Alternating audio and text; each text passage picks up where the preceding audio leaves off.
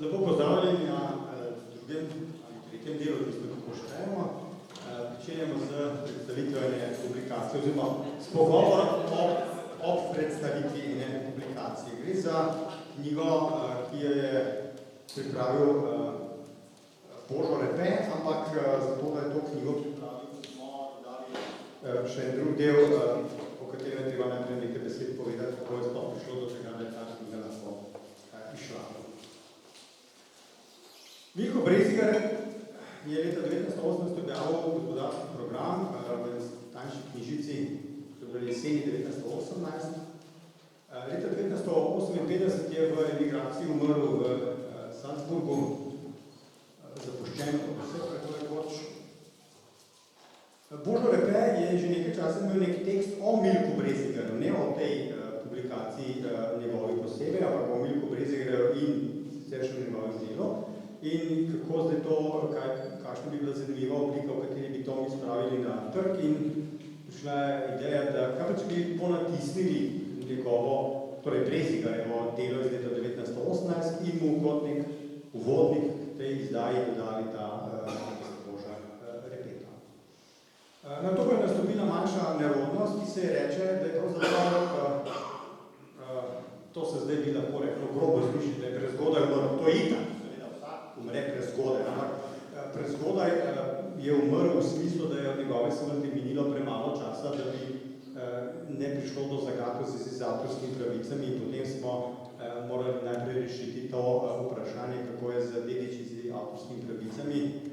Na tem mestu se treba zahvaliti gospe Mariji Brezigar, kam se osebna, tam zadaj gospa sedi, nečakinja Milka Brezigarja, ki nam je pomagala priti v stik z vsemi ostalimi dediči, Adriano, Bojanom Brezigarjem, koga smo še poznali? Tako, Andrej in še Diana Brezigar, ki živijo na različnih koncih zemeljske oble, da smo potem uspeli z pomočjo gospod Marije Brezigar dobiti pristanek dedičev k objavi, in sicer bi morali še čakati 5 let, da bi lahko to delo objavili. In potem je seveda ta stvar lahko stekla in smo v zbirki Historija, ki jo izdaja Oddelek za zgodovino Filozofske fakultete v Ljubljani, izdali knjigo, katere naslovnico vidite tukaj sledi med nami. Tole zdaj ni Rim, to je pogovor, tako da zgleda sicer malo navadno, se nimo tako narazen, ampak čisto vredno. Za začetek morda Božo, da smo do knjige končno uspeli priti po nekih proceduralnih zadevah. Najprej, kdo je Milko Brezigar? Gre za pravzaprav precej malo poznano osebo v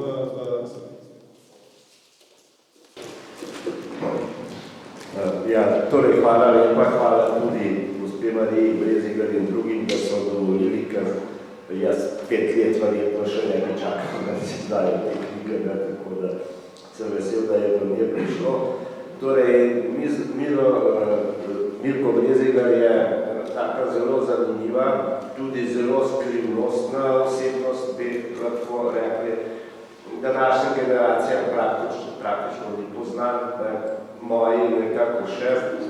Jaz sem dal vlomek iz njegovega programa že v zgodnjih 90-ih letih v učbenik, ker se mi je zdel pomemben, bom tudi kasneje debati povedal zakaj.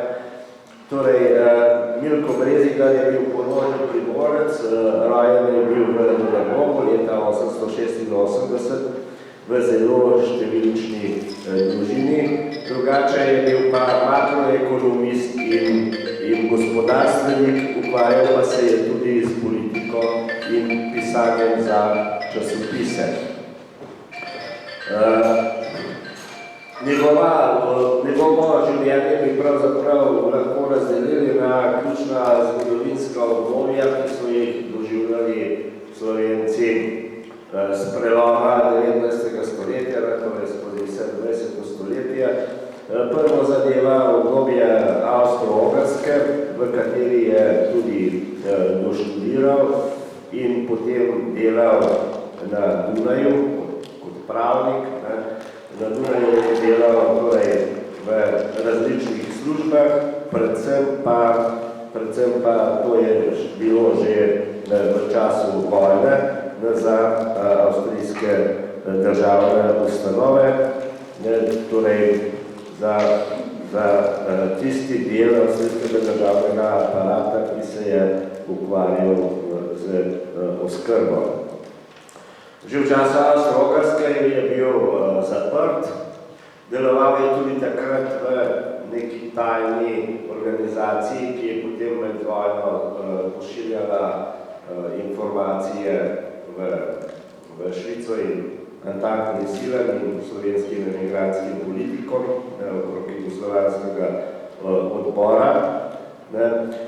So ga pa obtožili, da delal je takrat v oddelku za nadzor nakaznic Moko in Kruh, da je poneverjal te nakaznice in bil je zaprt, moral bi biti tudi procesuiran, ampak je Avstro-Ogrska prej propadla oziroma razpadla, kot je do procesa prišlo.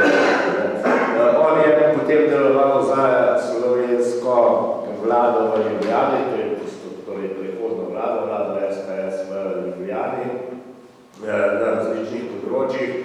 In tukaj je tudi nastal ta njegov ekonomski program, ki je nekakšna rezultanta tedanjih razmišljanj o tem, kaj slovenski ozemlje bo.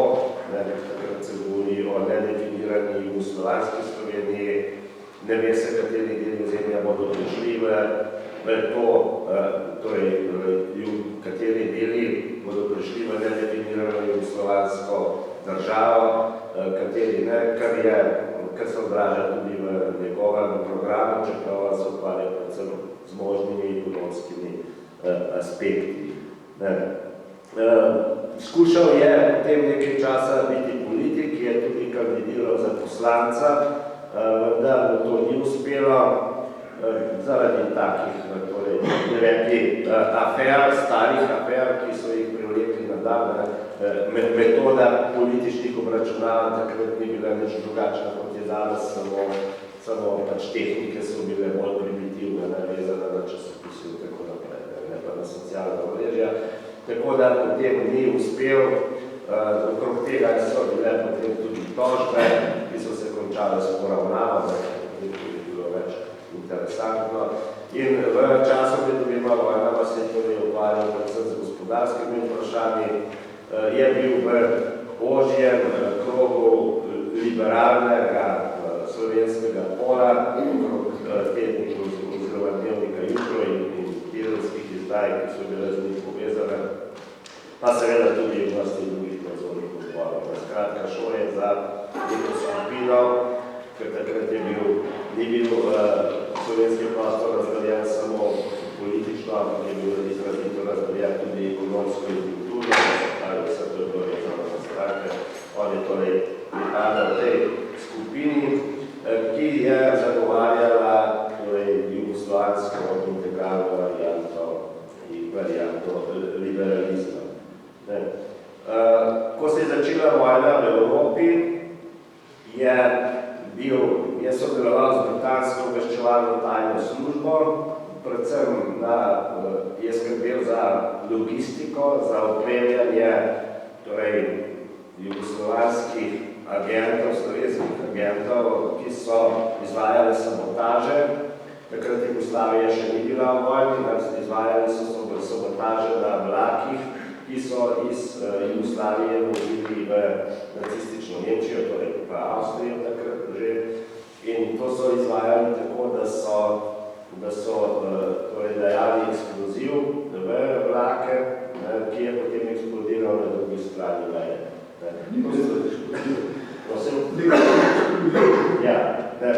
Ne, mislim, različne tehnike so uporabljali. To so delali sicer tudi tigrovci. On ni bil sicer neposredno vpleten v akcije, je pa skrbel za logistiko, torej za finance, za opremo in tako naprej. No, ob začetku druge svetovne vojne v Jugoslaviji je bilo mišljeno, da bo ta skupina delovala naprej, povezana s SOE, se pravi britansko obveščevalno organizacijo, vendar se to ni zgodilo. Nekaj jih je uspelo emigrirati, nekaj jih ni, Breziga ni, nekaj časa je bil v Splitu, potem se je pa ne v Ljubljano. Ta liberalna skupina je sicer bila zelo heterogena, vseh strujic pravzaprav znotraj niti ni dokončno analiziranih. Na koncu se je pa tudi ta Brezigarjev del bolj ali manj vrnil proti Osvobodilni fronti, bil je precej vezan na slovensko četništvo. Po letu 1943 po kapitulaciji Italije je emigriral v Rim, tudi je deloval v okviru jugoslovanske predvojne in medvojne emigracije, povezane zlasti z Miho Krekom. Bil je med tistimi, ki so nasprotovali sporazumu Tito Šubašič, in so pričakovali, da se bo vrnil kralj Peter, kar se ni uresničilo.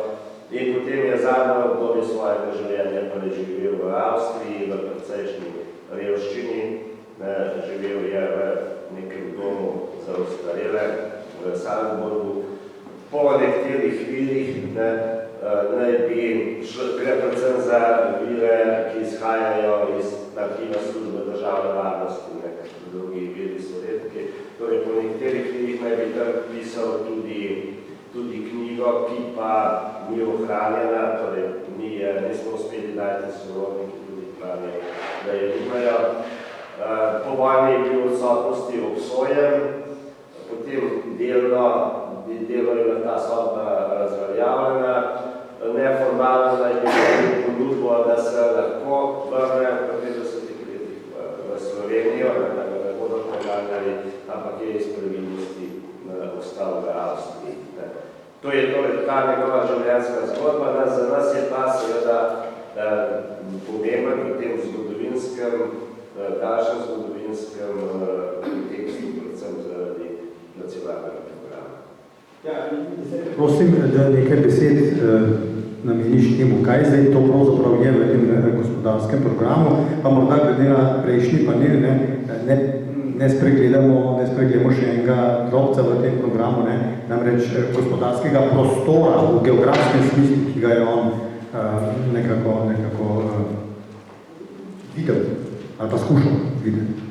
Ja, torej program, ki ga je takrat koncipiral Brezigar, je nastajal v zelo nedorečenih razmerah.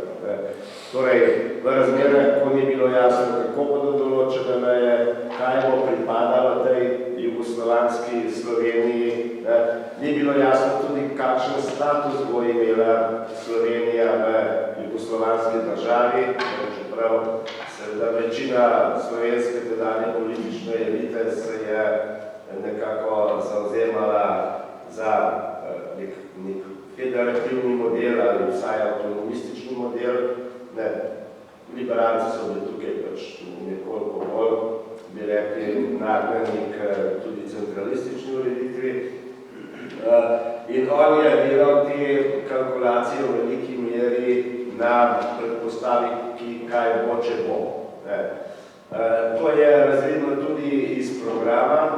Program sam odseva, če nekaj rečemo v prostoru, ker se pravzaprav izpostavil in o morebitnih ali bodočih mejah. Program sam kaže na tedanjo miselnost slovenskih politikov.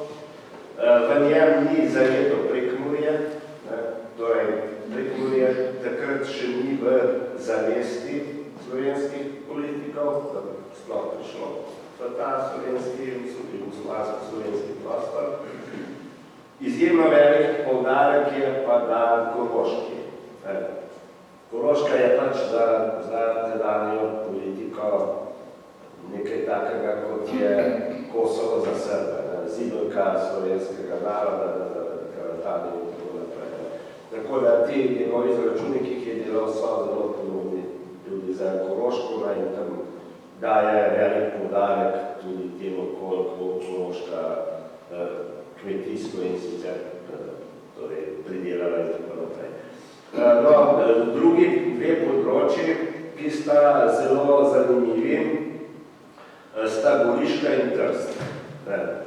Goriška zato, ker je on v svojih ekonomskih izračunih ni natančneje upošteval, izhajal je iz tega, ne iz tega, da to področje, to ozemlje ne bi pripadlo jugoslovanski Sloveniji, ampak iz tega, da je tako uničeno po vojni, tako devastirano, da pravzaprav bo potreben en ogromen vložek in ogromno in daljše obdobje, da se bo sploh lahko pomoglo, da se bo lahko računalo na to, da bo gospodarsko učinkovito. Trst je pa za njega z gospodarskega stališča seveda eden najpomembnejših elementov, vendar ni gotov, ali bo, torej bi rekli, ni kategorično gotov, ali bo prišel v jugoslovansko državo ali ne. Z ekonomskega stališča se pa njemu odpirata zlasti dve vprašanji. Prvo vprašanje je vezano na sosednje pristanišče Reko, za katerega je bilo takrat pričakovanje, da bo prišlo v jugoslovansko državo. Kot vemo, se kasneje to ni zgodilo, čeprav pristanišče na tisti del reke, kjer je bilo pristanišče, je vendarle potem prišel. To je bil Erbil, ker je v tem videl precejšnjo konkurenco, drugo pa zlasti, na kakšen način bo Trstu omogočeno zaledje. On se je dobro zavedal, da brez zaledja Trst ne more preživeti. Z nacionalnega stališča je problem Trsta videl v tem, da Slovenci se sicer ekonomsko vzpenjajo, jih je pač v Trstu približno tretjina prebivalstva, zaledje je slovensko, torej se vzpenjajo, ampak so še daleč od tega, da bodo v Trstu prevladali. Ker Slovenci pač dosegajo neko raven razvoja, ki je raven ki zaobsega določene službe, določen del, manjši del trgovine in tako naprej. Nimajo pa absolutno nobenih izkušenj z delništvom, nimajo nobenih izkušenj z morjem dolgo in nimajo nobenih izkušenj z stvarmi, ki so tukaj ključnega pomena, kot so zavarovalništvo in podobno. In on je tukaj nekako, bi rekel, čisto realno izražal dvome, kako bodo Slovenci prevladali v tem pristanišču, če bo imelo približno tako vlogo, kot jo je v Avstro-Ogrski. On je videl rešitev v tem, da se Slovenci ne izseljujejo drugam, čez morje in v druge evropske države, ampak v Trst. In da začnejo pač nekako razvijati svoj pomorski kader, koncentrirati finančni kapital v zavarovalništvu. Kar zadeva samo, torej slovensko ozemlje, da je on izhajal iz tega, in to je pravzaprav ena od teh aktualnih stvari. Prva aktualna stvar je v tem, da so ljudje takrat razmišljali naprej, kakšno vsebino dati tej državi, za katero niti niso vedeli, kakšna bo, kaj bo vsegala. Mi smo dobili državo leta 1991, se pravi vse državne atribute in tako naprej, do leta 1992. Nihče pa ni razmišljal o tem, kakšno vsebino dati država. In danes imamo državo, ki ni država. Takrat pa ni bilo države, kjer pa so bile neke postavke, če jo bomo dobili narejene. To je ta bistvena razlika. In bistvena razlika je, če stvar še malo aktualiziram, da so oni razmišljali o tem, kako poskrbeti za ta prostor, kako ga homogenizirati, kako mu dati socialno vsebino. Zato on izhaja iz tega, da je treba zagotoviti ljudem minimalno eksistenco. Izračunal je to, čemu danes rečemo socialna košarica, torej kaj je nujno za vsako družino za preživetje. Seveda so takrat druge kategorije, niso v tem računalniki, pa hladilniki in tako naprej, in te zadeve so pa mast, premog in obleka, petrolej, glede na tedanje stanje. Se pravi, on je bil liberalni ekonomist, da bi rekli neoliberalni, ampak hkrati je izhajal tudi iz tega socialnega čuta, ki v precejšnji meri zadeva tudi zadružništvo, o tem bo gotovo zdaj nekaj več povedal. Rekel bi pa še to, tudi v nasprotju z današnjimi političnimi elitami, kljub temu, da je bil on liberalist, je bil prepričan, da mora slovensko premoženje, torej večina slovenskega premoženja ostati v slovenskih rokah, da je treba razlastiti tujce, razlasti Nemce in da je za eksistenco, torej za preživetje te državne tvorbe, ki bo tukaj nastala, nujno, da je torej državna, da je lastnina pač pod kontrolo, kakorkoli se bo že definirala ali zadružna ali kakorkoli, da je večina te lastnine pod kontrolo pač oblasti, slovenske oblasti v tem prostoru. Potem so te stvari, bi rekel, precej drugačne in na nek način bolj daljnovidne, kljub seveda nekim izračunom, ki danes so aktualni, kot pa so to bile zmožne narediti politične elite po osamosvojitvi Slovenije in še zlasti, ker so nezmožne narediti danes, ko je pa pravzaprav že precej prepozno, ker nič od tega, kar je bilo v tem loku desetletij, od konca Prve svetovne vojne do začetka 90-ih let, v tem prostoru ustvarjenega, ker sta ustvarjali tako medvojna generacija, kot zlasti generacija v drugi svetovni vojni.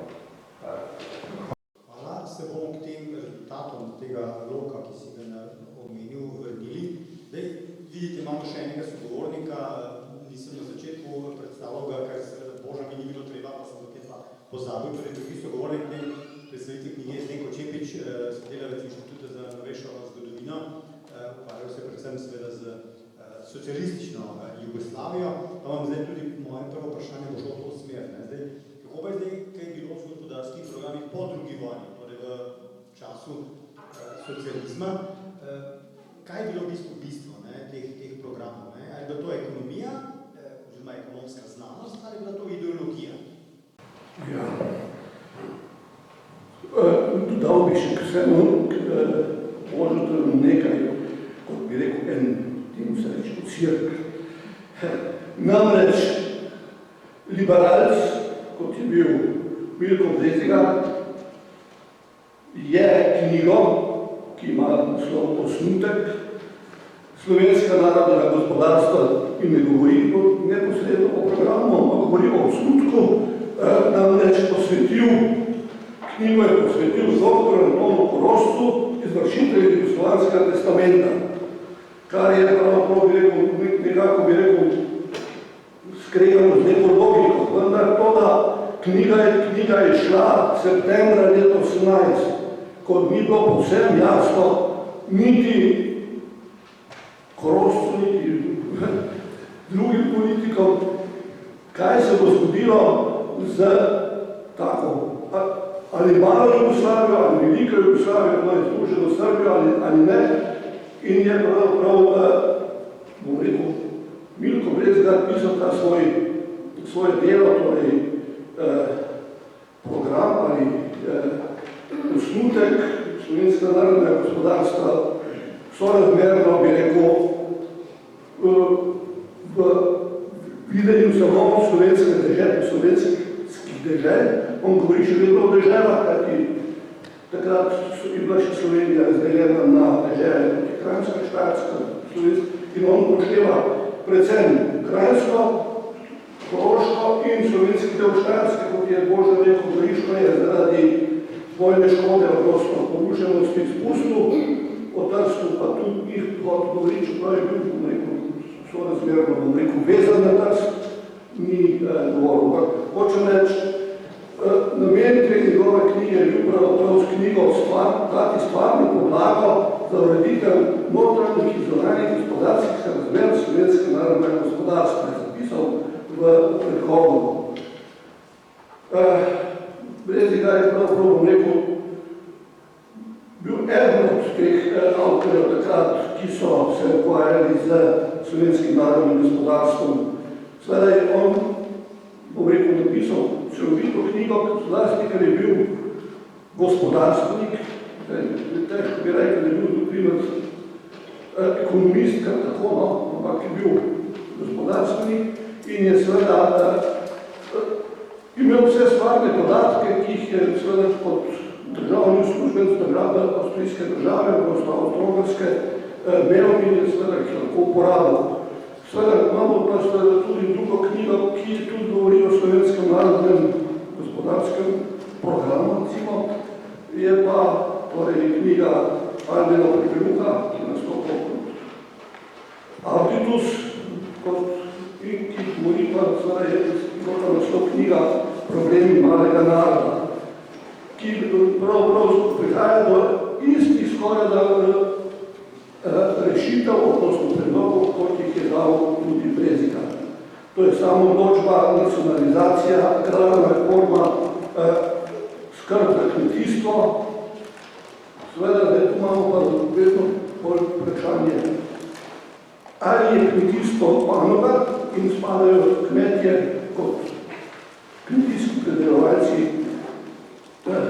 v kmetijstvo kar tako, ali je treba jih ločiti in jih vzeti kot socialni sloj. Pa pustimo. Torej, da se vrnem na tisto vprašanje, ki si mi ga dal. Ja, pravzaprav v socializmu Jugoslavija je imela nobenega posebnega takšnega programa, kot ga je napisal Milko Brezigar za, bom rekel, takrat se zelo nedefinirala država, ampak je vedel približno, kaj je slovensko nacionalno ozemlje. V drugi Jugoslaviji imamo pravzaprav vse, kar se tika gospodarstva, je bilo to delano z zakonodajo. Konec koncu imamo recimo leta 1947 plansko gospodarstvo z jasnim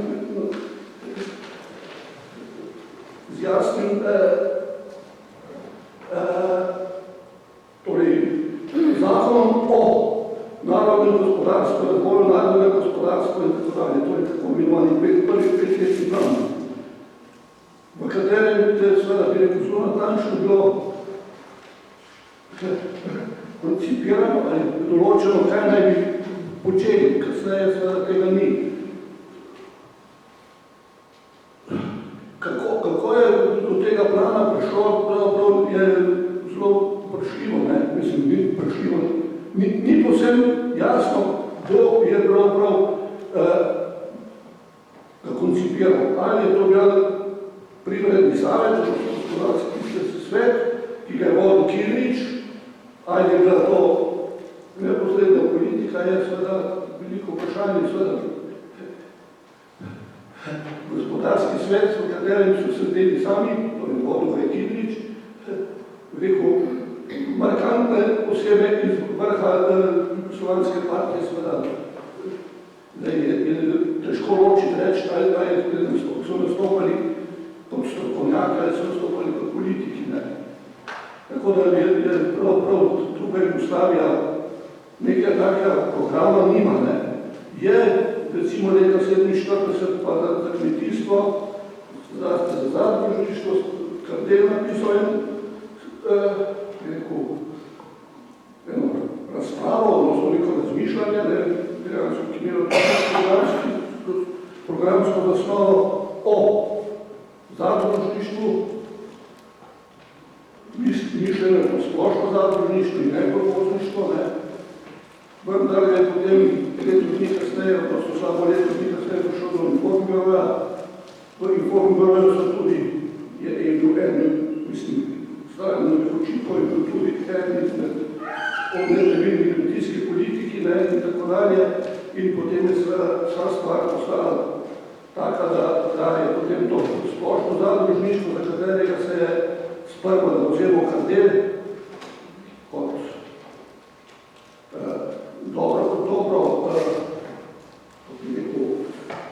dobra oblika proizvodnje, enostavno bi rekel svižla in smo prišli tam začetku 1949 na tako imenovano kmečko delovno zadružništvo ali pozništvo, kako hočete, ampak to je en majhen segment, ampak na splošno nekih programov ni, ne. Hvala. Predlagam, da nas skočimo program, pa postopno zdaj program malo gospodarske realizacije kot takšne. Ali je bil gospodarski razvoj Slovenije od 1918 dalje nek logičen, načrtovan, ali je šlo zgolj za inercijo, slučajnost, torej se je pač zgodilo s silo prilik v okoliščini. Vse vprašanje je pravzaprav za oba. Namreč, recimo, primerjajmo Avstrijo, Italijo, pa recimo Jugoslavijo, Slovenijo, imate ško, ker ni podatkov vse čas ločeno za Slovenijo, recimo, tam leta 1938 je bilo razmerje družbenega bruto proizvoda med Avstrijo in Jugoslavijo, približno 2,7 proti 1, Slovenija verjetno malo boljši rezultat. Leta 1960 približno se stvar poboljša, recimo zdaj Avstrija na 1,5, mi smo pa na 1, če razmerja menjamo. In tu nekje smo zdaj, ne? A se Avstrija zdaj načrtno slabše razvijala, ali smo se mi po inerciji boljše razvijali? Kako to, da smo zdaj tu, kjer smo približno 100 let po Brexitu?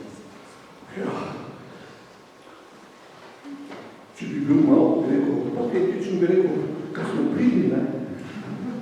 Ampak, verjetno ta pridnost, o pridnosti je seveda pridnosti slovenskega človeka in tako dalje, da bo to osnova narodnega gospodarstva je seveda Milko Brezgar na tem svojem spisu, odnosno v svoji knjigi, mnogokrat pisal, ne? Mislim, mnogokrat to podaja. Ampak, seveda, samo od pridnosti in od 2 milijona pridnih ali 4 milijone pridnih rok se pač ne da živeti, ne. Stvar je bila pač dobro, po drugi svetovni vojni smo začeli nekako dohitevati, saj bom rekel, manjša razlika potem ravno v času, torej v 60-ih letih v času liberalizma, Staneta Kavčiča, in to je potem nekako, bi rekel, dobro, za Slovenijo je seveda to, bi rekel, drugače pa za drugi del Jugoslavije, tako da je to težko govoriti, ne. Ker govorimo o nacionalnem programu, postanemo na ravni Slovenije. Možemo še. Ja, torej, zdaj kar zadeva programa, ne. Brezigar je bil pač v nekem odprtem prostoru še nedefinirano. Slovenija med obema vojnama ni dobila niti avtonomije, niti še manj, recimo, federalnega statusa. To vemo. Je pač dobila na koncu Dravsko banovino, najprej obje pač oblasti, kot vemo, in potem Dravsko banovino. Ampak kljub temu je to pomenilo, da se je ta prostor, ki ga je omenjal prej Zdenko, delitvena historična dežela zdaj izničil, da je vsaj neformalno nastal enoten slovenski ekonomski prostor. S svojimi inštitucijami, borzo, delavsko zbornico in z vsem tem, kar so izgledali, kar je bilo prej razpršeno po raznih historičnih državah. Strukturno, kar zadeva kapital, se stvar ni bistveno spremenila, torej ta Brezigarjev koncept o nacionalnem lastnini kapitala, razen če govorimo o zemlji, tistem delu, ki ga imajo mali kmetje, se torej ni uresničil. Je pa to eno neko obdobje industrijskega razvoja brez kakšnih posebnih planov. Dravska banovina ima sicer nekaj takih splošnih načrtov. Po drugi vojni je bistvena sprememba ta, da Slovenija postane država, sicer država v Federativni republiki, v prvem obdobju centralizirani, ampak lahko ima vse svoje inštitucije, ima svoje ministrstva, ima seveda tudi ministrstvo za gospodarstvo in vse druge inštitucije, ki njegovo gospodarstvo ima. je pa centralizirano in ti decentralizirani plani se začnejo razvijati šele od 50 let dalje.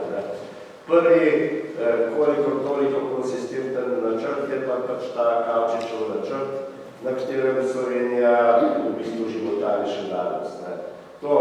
To je v praksi pomenilo, da se gre v tako imenovano postindustrijsko družbo, tercializacijo gospodarstva, da se razvijajo bolj propulzivne panoge, kar je za sabo potegnilo gradnjo ali pa razvoj številnih podjetij, tudi elektronsko in sicer zelo naprednih, kot je bila Iskra in podobni, z svojimi razvojnimi laboratoriji in tudi z gospodarskim prostorom, na katerega so lahko prodajali.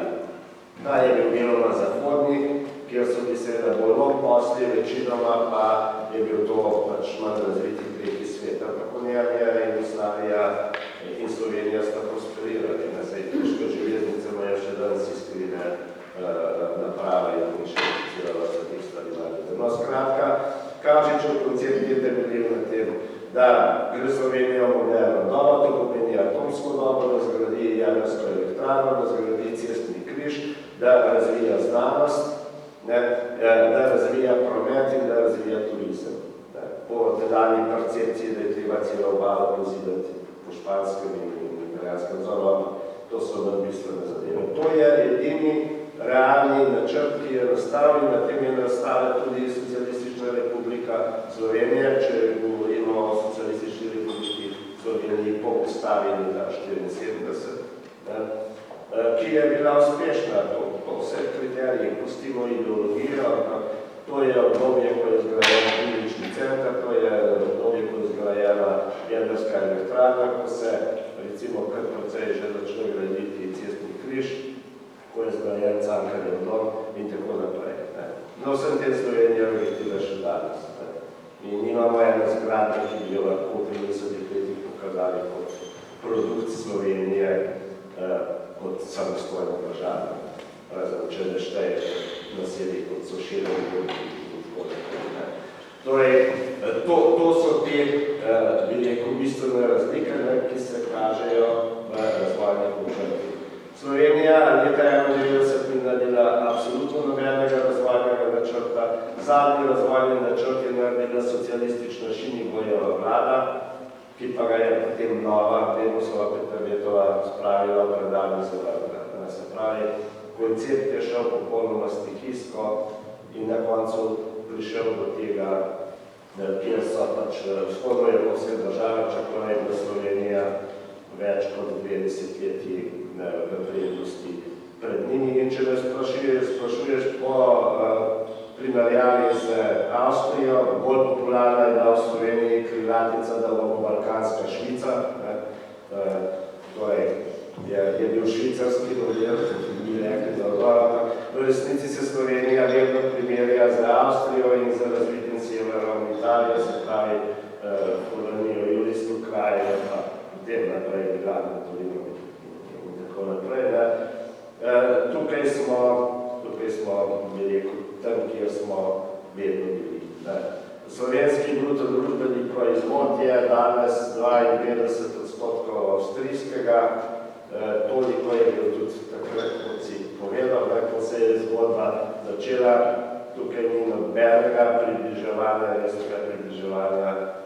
ali razlike. Podobno je, če gledamo tudi Italijo, tam je sicer statistično težje določiti, ker so podatki za celo Italijo in sta BDP-ja približno enaka, ampak če od tega odvojite statistične podatke za razviti sever, je torej situacija približno enaka.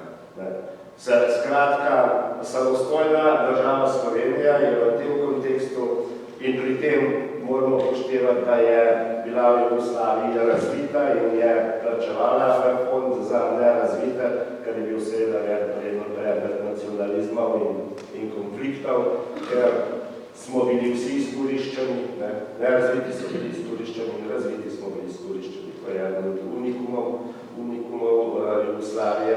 Ampak takrat je sodila v krog razvitih, sedaj je vzdrževana v Evropski uniji. Se pravi, iz evropske blagajne dobiva precejšnja sredstva, ne bi se zdaj, pač, ko se te statistike bolj izenačujejo, nekako počasi prebirajo krog tistih, ki več plačujejo, za samo Slovenijo to nič ne spremeni.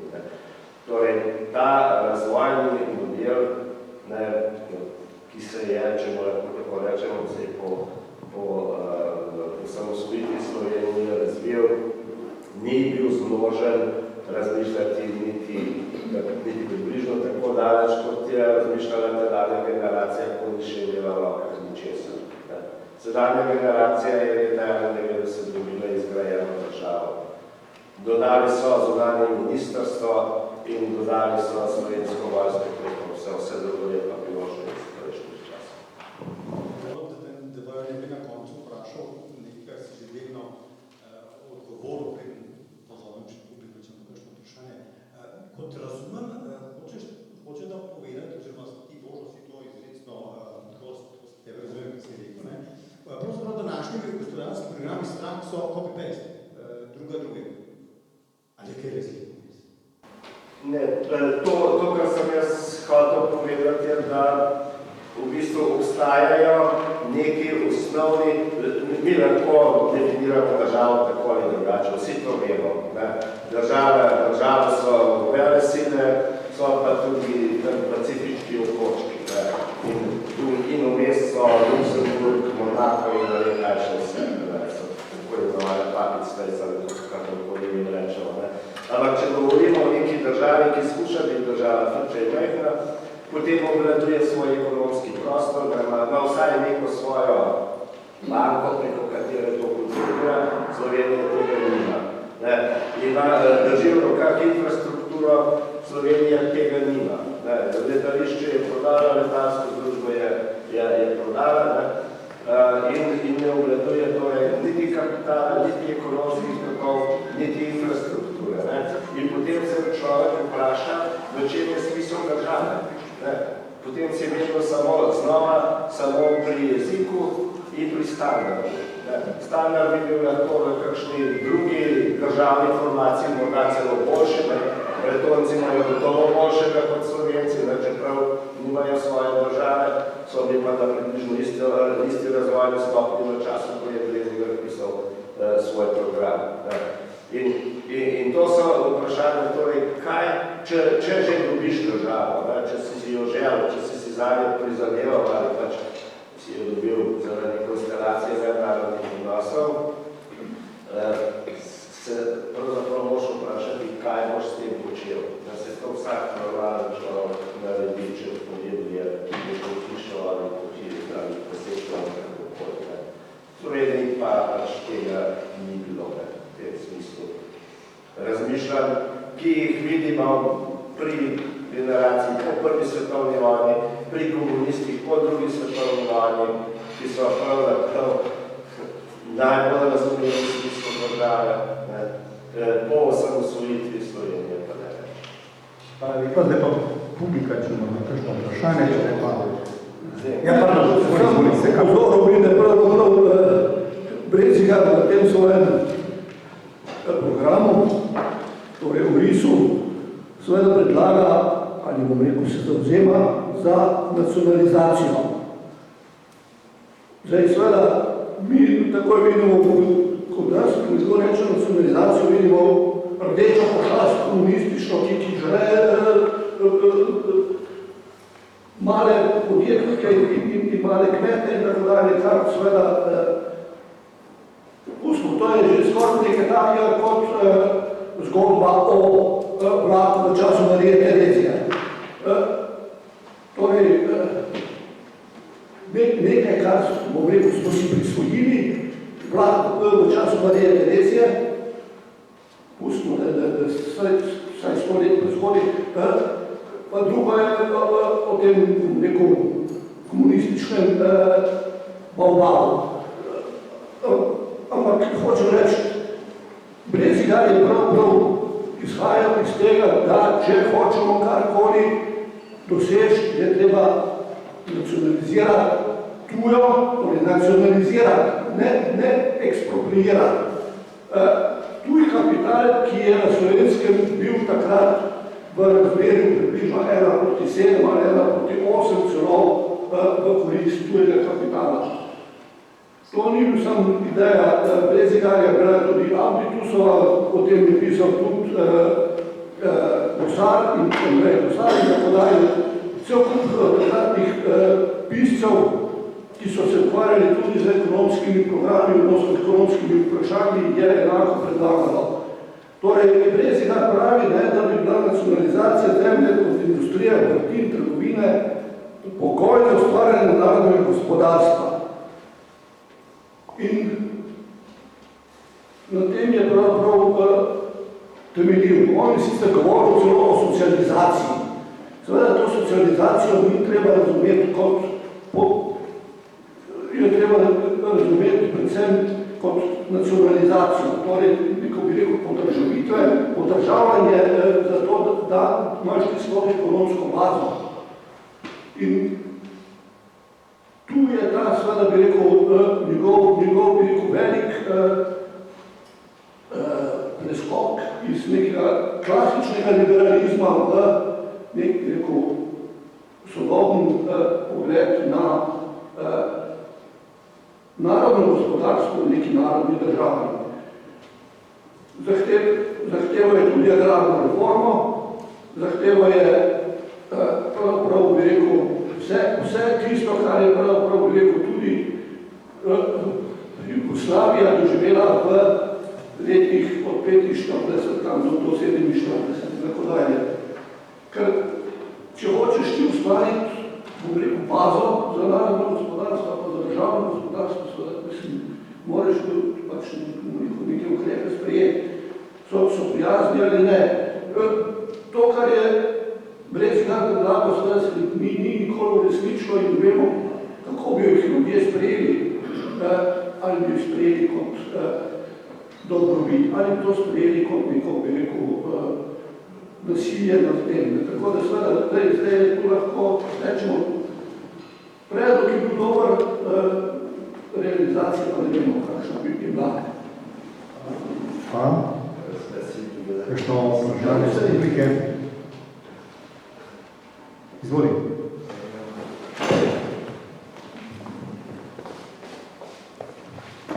Najprej bi se zahvalil vsem trema, predvsem pa njima dvema, ker mi je bilo izjemno všeč, na asociaciji sem tudi za sebe bil.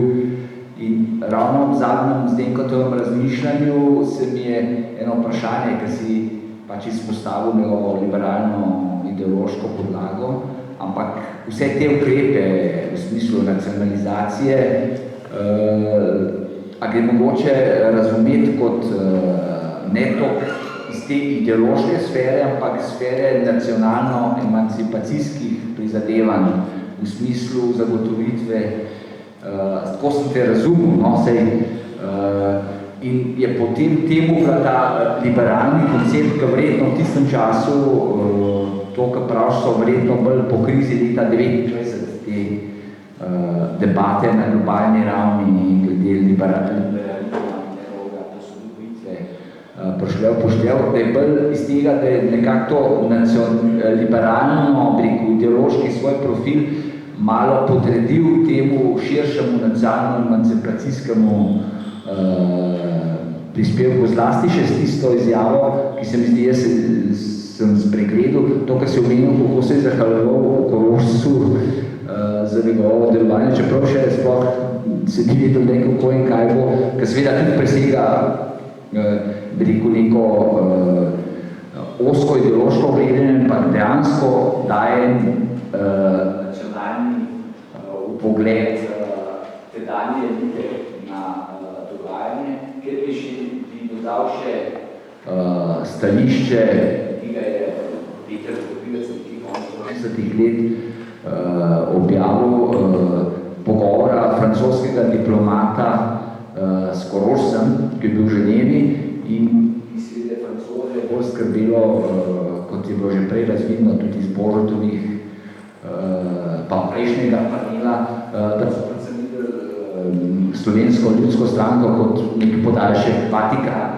Skratka, in je v tem konceptu na vprašanje diplomata, ko ga je vprašal, kaj ima Vatikan, pa je Korošec odgovoril, to ni stvar Vatikana, to je nacionalna stvar, to je ustvaritev Jugoslavije. Skratka, tukaj vidim neko povezavo, da so vsi te ideološke, ki so bolj, ko je nastala država, vemo, prišla zelo izraza in tudi take destruktivne oblike medsebojnega kulturno-vojnega delovanja, v tistem usodnem trenutku vendarle je na ta nacionalna pomen tega, da so svoje ideološke vidike nekako podredili temu, lahko rečem, kar skupnemu cilju. A se sme tako sklepati iz teh vajnih zaključkov?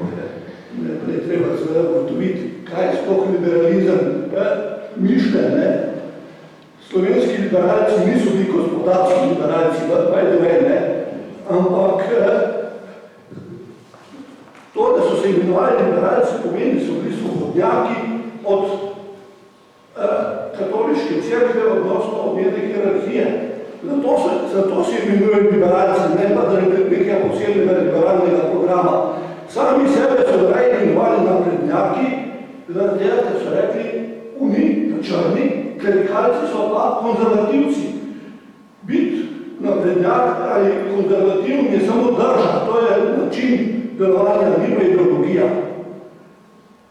Liberalizem seveda je, ta slovenski liberalizem vedno zamenjujemo tudi z gospodarskim liberalizmom. In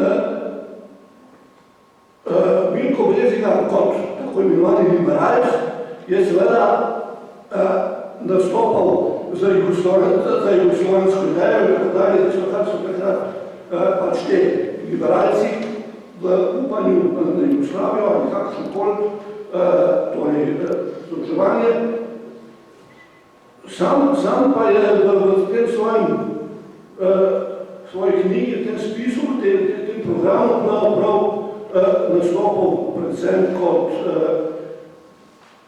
poznavalec gospodarskih razmer in predlagalec, kako naj te razmere ali razmerja, ki so bila dana pač iz življenja v Avstriji, se najboljše prilagodi novim pogojem, torej bodoči narodni državi. V tem je svobodomiselnost, ni pa tisti ekonomski liberalizem vključen. Ja, samo stavek, ne se mislim, da moramo zdaj končati. Torej, Brezigar seveda je zastopal na nek način, bi rekel, zakon trga, ampak omejeno pod določenimi pogoji, sploh v tej prvi fazi, ne? Ampak tudi v kasnejših fazah je on videl nujnost državnega intervencionizma, tudi zlasti v odnosu do mednarodnih gospodarskih tokov, z drugimi besedami carinske zaščite in podobno zadeve, ker se slovensko gospodarstvo sicer ne bo moglo razvijati. To, kar je kraljevina Jugoslavije, sicer verja. In slovenska tekstilna industrija, ki je bila po leta 1991 uničena, se med obema vojnama ne bi mogla razviti, če ne bi bile 100% in več odstotne carine na uvoz blaga in podobno. Tako da je to debato, mi se lahko še da se nekaj nadaljevali.